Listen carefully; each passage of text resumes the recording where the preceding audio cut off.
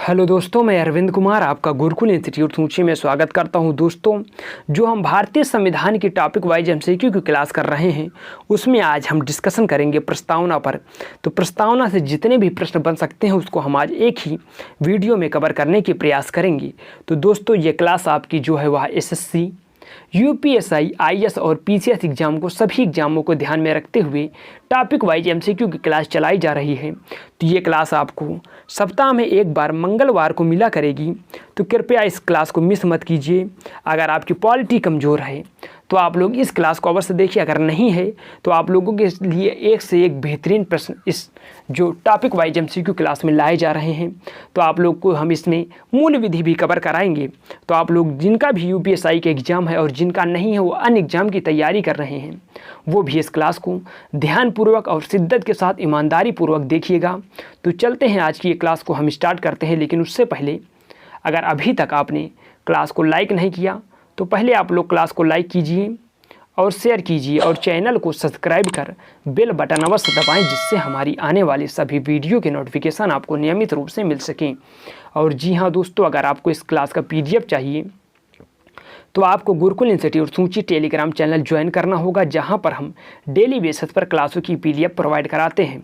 तो धन्यवाद। चलते हैं, आज का ये टॉपिक डिस्कशन शुरू करते हैं। लेकिन उससे पहले हम आपको बताए दे रहे हैं कि इससे पहले ऑलरेडी जो भारतीय संविधान की टॉपिक वाइज एमसीक्यू की 2 क्लासें हो चुकी हैं, जिनका हम प्ले लिस्ट का आपको लिंक वीडियो के नीचे डिस्क्रिप्शन बॉक्स में प्रोवाइड करा देंगे। अगर दोस्त किसी को गुरुकुल इंस्टीट्यूट सूची में ऑफलाइन क्लास से संबंधित कोई भी जानकारी चाहिए, जो गुरुकुल इंस्टीट्यूट सूची में ऑफलाइन क्लासेस प्रारंभ हो गई हैं, अगर आपको ऑफलाइन क्लास ज्वाइन करना है तो आपको बेहतरीन टीचरों के साथ और गुणवत्तापूर्ण शिक्षा के लिए तो आपको जल्द ही जल्द गुरुकुल इंस्टीट्यूट सूची ऑफलाइन क्लास ज्वाइन करना होगा, जहां पर हम सभी एग्जामों को ध्यान में रखते हुए और विशेषकर UP triple SC, PT, SSC, GD के लिए प्रॉपर बैच चलाए जा रहे हैं। तो आप लोगों को हम डिस्क्रिप्शन बॉक्स के नीचे ऑफलाइन कोचिंग जिसके भी करना है उसको हम डिस्क्रिप्शन बॉक्स में मोबाइल नंबर प्रोवाइड कर दिए हैं, वहां से आप लोग हमें संपर्क कर सकते हैं और हम आपको एक मिनिमम फीस में बहुत ही बेहतरीन गुणवत्तापूर्ण शिक्षा प्रोवाइड कराएंगे। तो धन्यवाद। चलते हैं दोस्त, आज की ये क्लास हम स्टार्ट करते हैं। आपको पहला प्रश्न दिया गया है, 1975 में भारतीय संविधान की प्रस्तावना में इनमें से कौन सा शब्द शामिल नहीं था? आपसे इंडिकेट कीजिएगा। इससे बहुत इंपॉर्टेंट प्रश्न कि 1975 में भारतीय संविधान की प्रस्तावना में इनमें से कौन सा शब्द शामिल नहीं था। ये जो प्रश्न है वह यूपी पीसीएस 2006 और 2011 का पूछा गया प्रश्न है। आपको दिया गया है बंधुता, संप्रभुता, समानता और अखंडता। तो आप लोग इसे बताइए कि कौन सा ऐसा शब्द है जो 1975 में शामिल नहीं था। दोस्तों, आप लोग इसका आंसर बताइए। अगर आपने जो इसका आंसर है वह दिया है ऑप्शन नंबर डी, जो इंटीग्रिटी यानी अखंडता है वह जोड़ा गया है। 42वां संविधान संशोधन जो हुआ था 1976 में, उसके द्वारा जोड़ा गया है। इसीलिए यह जो अखंडता शब्द है यह 1975 में भारतीय संविधान की प्रस्तावना में शामिल नहीं था। तो चलते हैं फ्रेंड्स, देखते हैं अगला प्रश्न। अगला प्रश्न है, भारत एक धर्मनिरपेक्ष राज्य है, इनमें से किसमें वर्णित है? तो आप लोग इसका आंसर बताइए। यह जो प्रश्न है वह बीपीएससी में लगातार पूछा गया है 1997, 2000 और 2010 में कि भारत एक धर्मनिरपेक्ष राज्य है या किसमें वर्णित है? आपको बताना है। यह मौलिक अधिकारों में, संविधान की प्रस्तावना में, अनुसूचियाँ या नेत्र निर्देशक तत्व में। तो किसमें वर्णित है आपको आंसर बताना है। आप लोग बताइए इसका आंसर।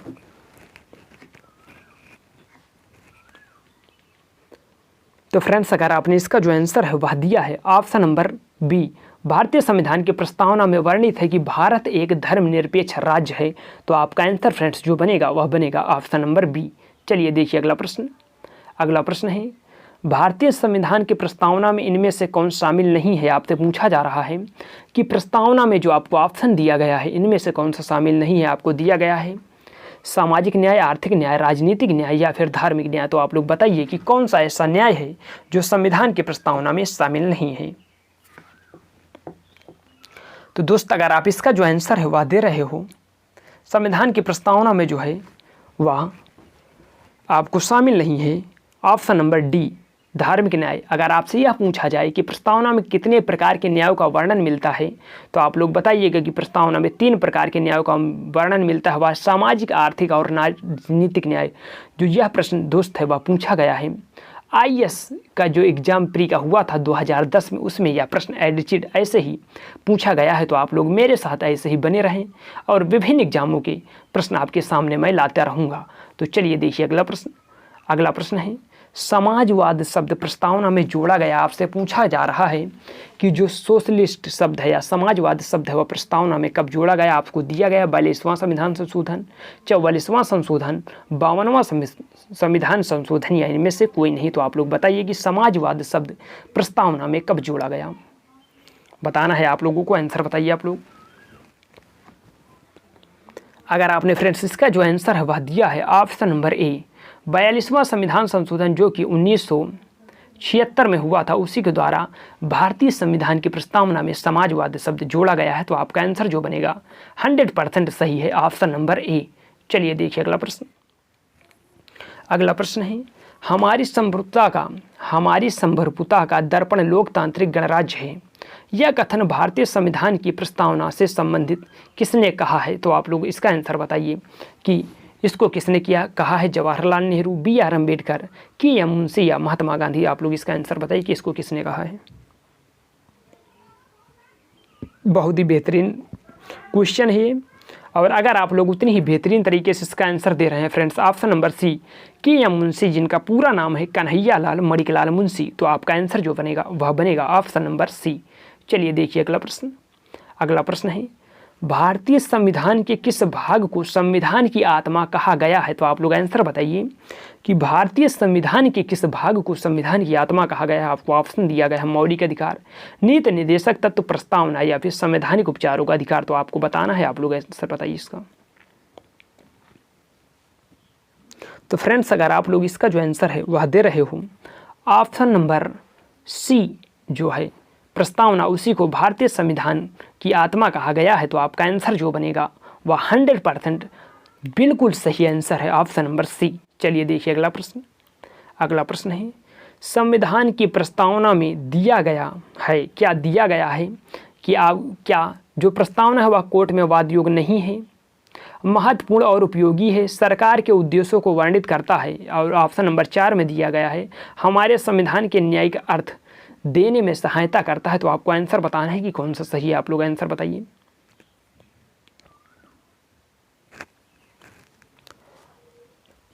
अगर आपने जो इसका आंसर है वह दिया है ऑप्शन नंबर डी जो सभी हैं वह सही है, यानी कोर्ट में वाद योग्य नहीं है, यह भी सही है, महत्वपूर्ण और उपयोगी है, यह भी सही है, और सरकार के उद्देश्यों को वर्णित करता है, बिल्कुल सही है, और जो हमारे संविधान के न्यायिक अर्थ देने में सहायता करता है, यह भी बिल्कुल सही है। तो आपका आंसर जो बनेगा वह डी बनेगा। चलिए देखिए अगला प्रश्न है, भारत एक गणराज्य है, अर्थ है, इसका अर्थ क्या है। आप लोग आंसर बताइए कि सभी मामलों में अंतिम प्राधिकार जनता के पास है, यह भारत में सरकार की संसदीय व्यवस्था नहीं है, यह भारत में वंशवाद व्यवस्था को नहीं अपनाता, भारत राज्यों का संघ होगा। तो इसका जो आंसर है वह आपको बताना है। आप लोग आंसर बताइए कि इसका क्या होगा। तो फ्रेंड्स अगर आपने जो इसका आंसर है वह दिया है ऑप्शन नंबर सी, यह भारत में वंशवाद व्यवस्था को नहीं अपनाता है, तो यही गणराज्य का अर्थ है। तो आपका आंसर जो फ्रेंड्स बनेगा वह बनेगा ऑप्शन नंबर सी, बिल्कुल सही। चलिए देखिए अगला प्रश्न है, आपको दिया गया है भारतीय गणतंत्र की 26/1/1950 को सही संवैधानिक वस्तु स्थिति क्या थी जब संविधान लागू किया गया था। तो आप लोग इसका आंसर बताइए कि लोकतंत्रात्मक गणराज्य, संपूर्ण प्रभुत्व संपन्न लोकतंत्रात्मक गणराज्य, संपूर्ण प्रभुत्व संपन्न लोकतंत्रात्मक गणराज्य समाजवादी, संपूर्ण प्रभुत्व संपन्न समाजवादी धर्मनिरपेक्ष लोकतंत्रात्मक गणराज्य। तो इसका क्या होना चाहिए वो आपको आंसर बताना है। तो आप लोग आंसर बताइए इसका।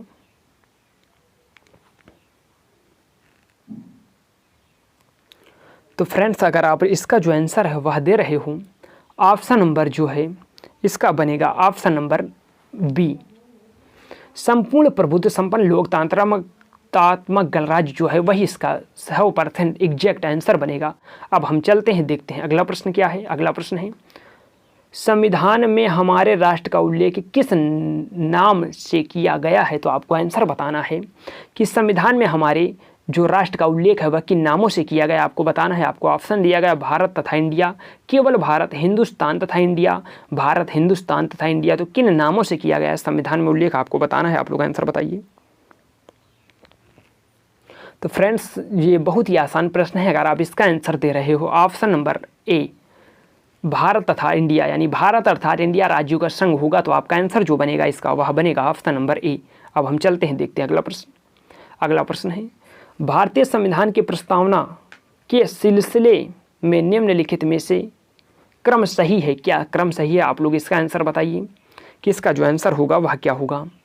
गणतंत्र, समाजवादी, धर्मनिरपेक्ष, समाजवादी, सार्वभौमिक, सत्ता संपन्न पहला है। आपको दूसरा दिया गया है सार्वभौम, सत्ता संपन्न, समाजवादी, जनवादी, धर्मनिरपेक्ष, गणतंत्र। आपको तीसरा दिया गया है ऑप्शन नंबर सी सार्वभौम, सत्ता संपन्न, समाजवादी, धर्मनिरपेक्ष, समाजवादी, गणतंत्र। आपको चौथा दिया गया सार्वभौम, सत्ता संपन्न, समाजवादी, धर्मनिरपेक्ष, जनवादी, गणतंत्र। तो आप लोग इसका आंसर बताइए कि इसका आंसर क्या होगा।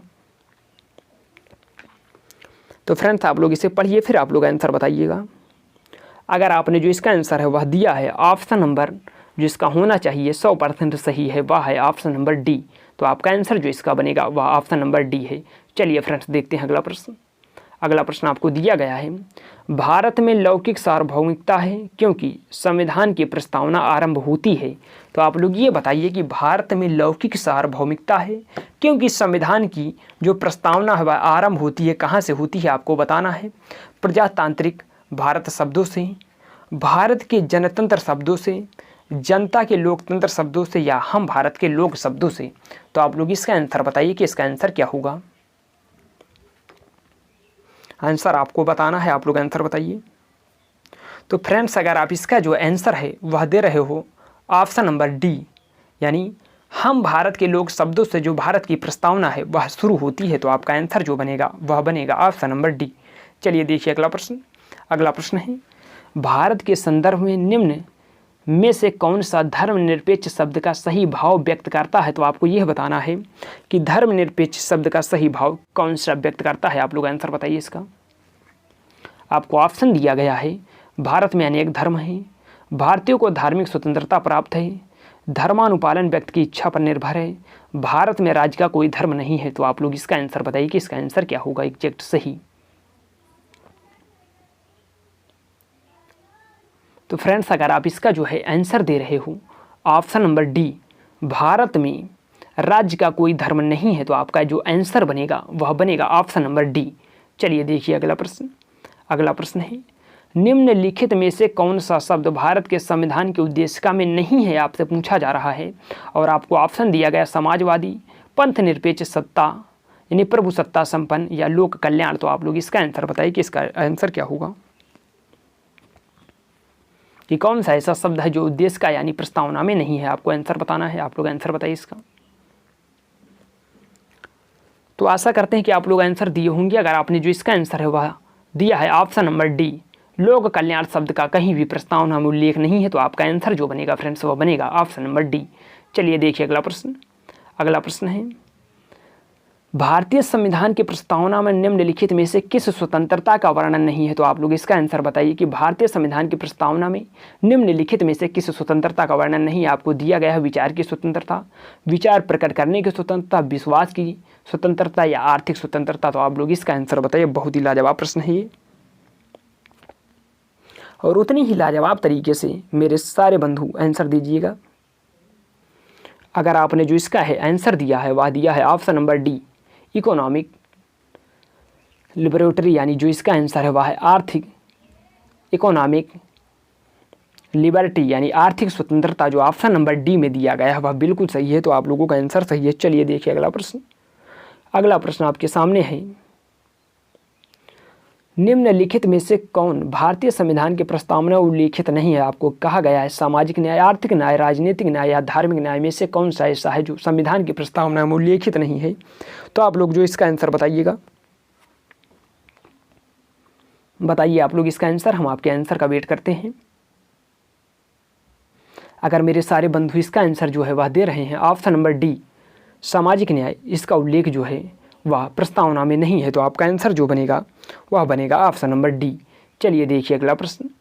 अगला प्रश्न है निम्नलिखित में से किस वाद में उच्चतम न्यायालय ने धारणा प्रस्तुत की कि उद्देश्य का संविधान का भाग है? तो आप लोग इसका आंसर बताइए। बहुत ही बेहतरीन आंसर प्रश्न है ये, और आप लोग अगर इसका प्रश्न आंसर बताते हैं तो आप लोगों की क्वालिटी वो काफ़ी अच्छी है। आप लोगों को बताना है, आपको ऑप्शन दिया गया है यूनियन ऑफ इंडिया बनाम डॉक्टर कोहली, बनारसी दास बनाम स्टेट ऑफ यूपी, मुंबई बनाम यूनियन ऑफ इंडिया, या मलक सिंह बनाम स्टेट ऑफ पंजाब। आप लोग इसका आंसर बताइए क्या होगा।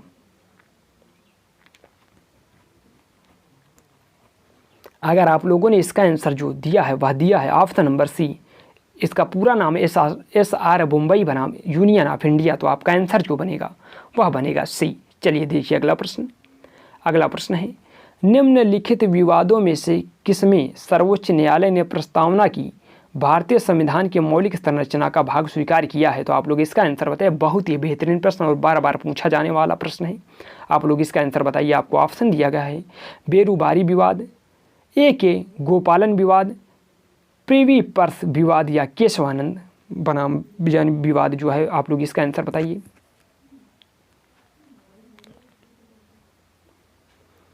अगर आपने जो इसका आंसर है वह दिया है friends option number D, Keshavananda Bharati विवाद, तो आपका आंसर जो है वह 100% सही है, ऑप्शन नंबर डी। चलिए फ्रेंड्स देखिए अगला प्रश्न। अगला प्रश्न है भारत के संविधान की उद्देशिका में कितने प्रकार के न्याय की व्यवस्था की गई है? तो आप लोग इसका आंसर बताइए फ्रेंड्स कि भारत के संविधान की उद्देशिका में कितने प्रकार के न्याय की व्यवस्था की गई है। आप लोगों को आंसर बताना है। आप लोग आंसर बताइए इसका। तो फ्रेंड्स आप लोग आंसर बताइए। अगर आपने जो इसका आंसर है वह दिया है ऑप्शन नंबर बी, 3 प्रकार के न्याय, सामाजिक, आर्थिक और राजनीतिक न्याय की व्यवस्था जो है वह संविधान की प्रस्तावना में की गई है, तो आपका आंसर जो है वह सही है। चलिए फ्रेंड्स देखिए अगला प्रश्न। अगला प्रश्न आपको दिया गया है, इसे पढ़िए। भारतीय राज्य व्यवस्था के संदर्भ में निम्नलिखित कथनों में से कौन सा बंधुता शब्द का वर्णन करता है? तो आप लोग इसे पढ़िए फिर आंसर बताने की कोशिश कीजिएगा। ये जो आपको नीचे दिया गया है इसे आप लोग 3 मानिएगा या सी मानिएगा।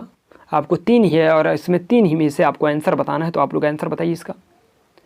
यह राष्ट्र की एकता और अखंडता का मार्ग प्रशस्त करने वाली सामूहिक चेतना के निर्माण को संदर्भित करता है, पहला है। दूसरा है यह समाज के कल्याण के लिए व्यक्तियों द्वारा सामूहिक दायित्व के स्वैच्छिक सहभाजन को संदर्भित करता है, और तीसरा आपको दिया गया है यह समाज में रह रहे अन्य लोगों के प्रति सम्मान और समादर की अभिवृत्ति को संदर्भित करता है।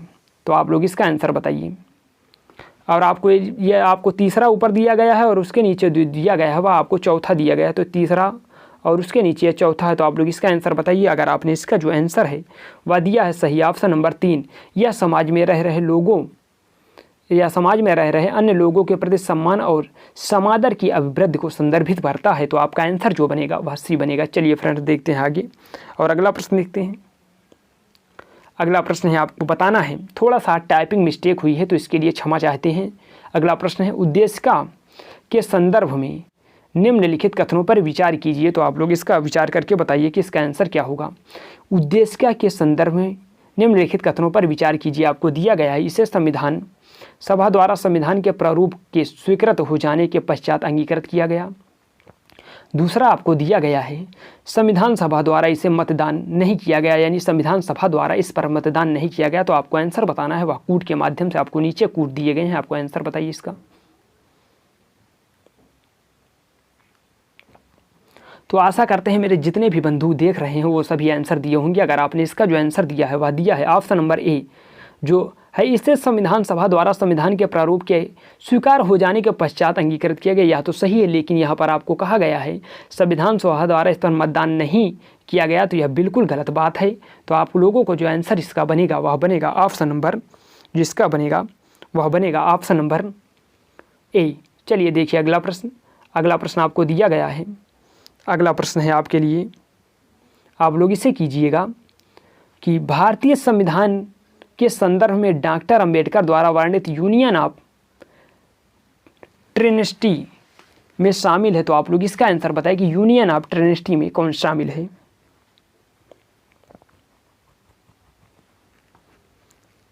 आप लोग फ्रेंड्स आंसर बताइए इसका कि यूनियन ऑफ ट्रिनिटी में कौन शामिल है। आपको दिया गया है स्वतंत्रता, समानता और बंधुता, विधायिका, कार्यपालिका और न्यायपालिका, मूल अधिकार, राज्य के नीति निर्देशक तत्व और मूल कर्तव्य। 7वीं अनुसूची में संघ सूची, राज्य सूची और समवर्ती सूची। तो यूनियन ऑफ टेरिटरी में कौन शामिल है, आपको आंसर बताना है इसका। आप लोग आंसर बताइए। तो अगर आपने इसका जो आंसर दिया है वह दिया है ऑप्शन नंबर ए, स्वतंत्रता, समानता और बंधुता जो यह है यूनियन ऑफ टेरिटरी में शामिल है, तो आप लोगों का आंसर जो है वह बिल्कुल सही है। तो फ्रेंड्स, आज के इस सेशन में इतने ही प्रश्न हैं। आज थोड़ा सा टाइपिंग मिस्टेक हुई है, उसके लिए हम क्षमा चाहते हैं। अगली बार से आपको प्रॉपर 30 क्वेश्चन करवाए जाएंगे। तो आज कुछ PDF में गलती की वजह से आज हम आपको इतने ही प्रश्न करा रहे हैं। तो दोस्तों, आज क्लास कैसी लगी कमेंट बॉक्स में लिखकर बताना ना भूलें। अगर क्लास अच्छी लगी हो, अगर अभी तक आपने क्लास को लाइक नहीं किया तो पहले आप लोग क्लास को लाइक कीजिए और शेयर कीजिए और चैनल को सब्सक्राइब कर बेल बटन अवश्य दबाएं, जिससे हमारी आने वाली सभी वीडियो के नोटिफिकेशन आपको नियमित रूप से मिल सके। और जी हाँ दोस्तों, अगर आपको इस क्लास का PDF चाहिए तो आपको जल्द से जल्द गुरुकुल इंस्टीट्यूट सूची टेलीग्राम चैनल ज्वाइन करना होगा, जहां पर हम क्लास के तुरंत बाद PDF प्रोवाइड कराते हैं। तो धन्यवाद, मिलते हैं नेक्स्ट क्लास के साथ। तब तक के लिए धन्यवाद।